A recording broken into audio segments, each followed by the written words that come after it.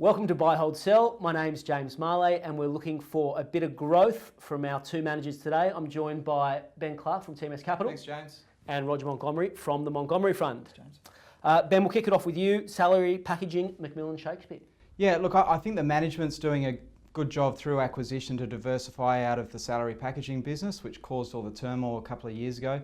However, 2/3 of the company's earnings do still come from salary packaging.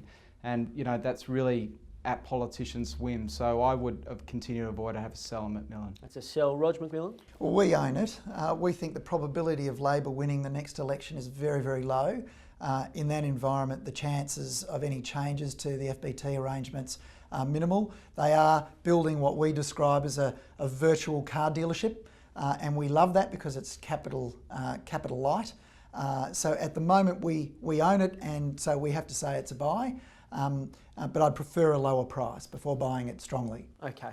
I'll stay with you, Roger. Ainsworth Gaming, it sounds like they've had a bit of trouble domestically. Yeah, another business we used to own and we've sold some time ago. Look, I think longer term, there's a structural issue for this company and it's generational. The younger generation simply don't play poker machines. There's a very real risk in addition to that this is a one-trick pony. So for us, it's a sell. It's a sell. Ben, would you have a punt on Ainsworth? Look, I think it's probably a hold, James. I think domestically they have lost a lot of market share to a resurgent aristocrat in the last couple of years. Offshore, though, I think looks optimistic. That's still quite a rapidly growing market, which I think both companies can grow in. Ainsworth arguably slower. And given the balance sheet's in great shape and the PE looks undemanding, I'd be a hold. It's a hold there. Ben, I'll stay with you. Flexigroup had a bit of a change in management and shares came off quite heavily. Yeah, I'd have a sell on this stock, James. The company's bought 6 different businesses in the last 2 years under the old CEO strategy and then very hastily left for no apparent reason. So I think there's integration risk bringing those businesses into the fold, and then, you know, the new CEO, what's their idea of the way forward for the company. So for me, it's a sell. It's a sell. Roger, Flexigroup.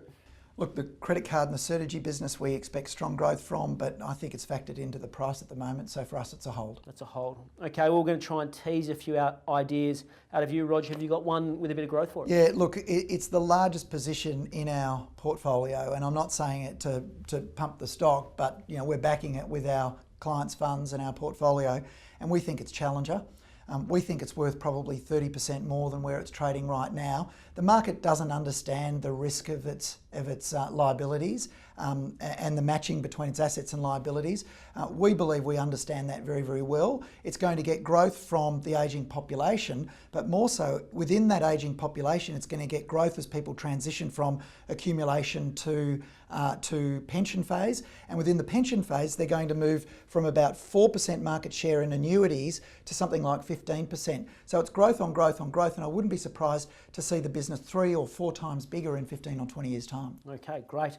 Ben, have you got a growth story that people can get their teeth into? I hope so. I've stuck in the small cap vein, and a company I really like is ISENTIA. They were, I think, one of the best floats that came to the market early in the float cycle that we've seen recently. They're in media intelligence. About 70% of their revenues are recurring. Their margins are at about 45%. Management are very impressive when you meet them. They beat our expectations in February when they reported. They're pushing into Asia, rolling out the platform that they've got so successfully in Australia. And you know, it is trading on about 20 times. I wouldn't say it's particularly cheap, but I think it's growing its earnings at a much faster rate than most businesses in Australia. And with a return on equity of 24%, I think it's prime for, you know, a good long-term buy in that smaller end of the market. Can I add to what Ben has just said? We singled out ISENTIA as the single highest quality business listed in Australia. We own it. The only reason it's not as big as Challenger is because it's a smaller company, but I agree with everything Ben said.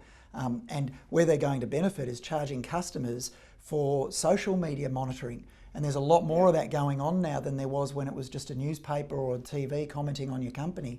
Now there's a lot more they can charge for. So I think the prospects are very bright for that business too. Okay, great. Put the touch of death on it. Well, growth's not that easy to come by, but there's a couple of ideas from two guys that agree on a few stocks.